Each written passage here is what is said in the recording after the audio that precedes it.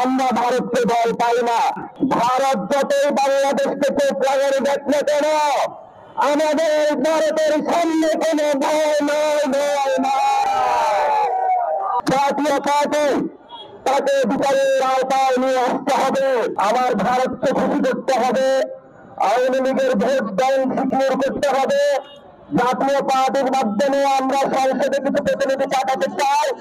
সংসদে যাওয়ার জন্য সবাই ভোট পেয়ে যাচ্ছে।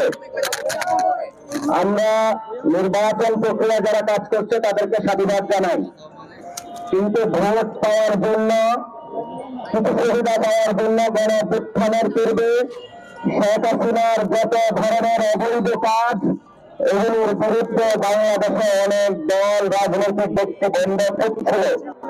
আবার যখন ইলেকশন আসতেছে, আমার ভারতকে খুশি করতে হবে, আওয়ামী লীগের ভোট ব্যাংক সিকিউর করতে হবে। জাতীয় পার্টির মাধ্যমে আমরা সংসদে কিছু প্রতিনিধি পাঠাতে চাই।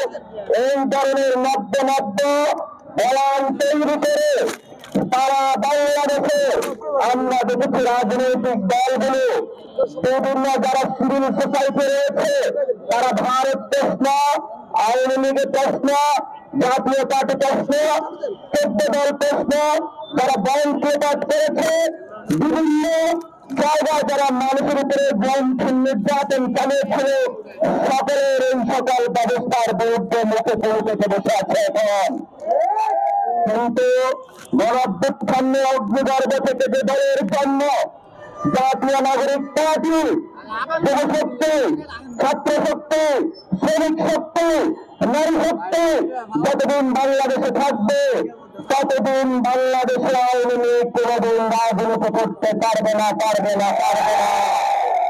আমাদের দাবি সুস্পষ্ট। শেখ হাসিনার ফাঁসির রায় হয়েছে, উনি আওয়ামী লীগের দলীয় প্রধান থেকে আমাদের উপর খুনের নির্দেশ দিয়েছেন।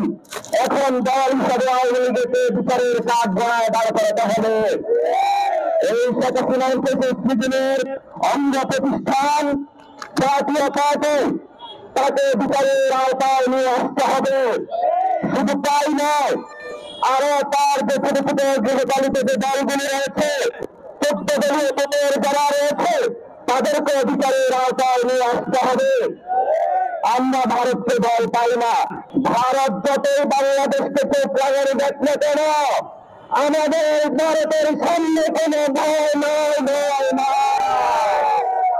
আমরা অনেকবার মেরেছি, আমরা এখন দেশে থাকবার লড়াই আছি।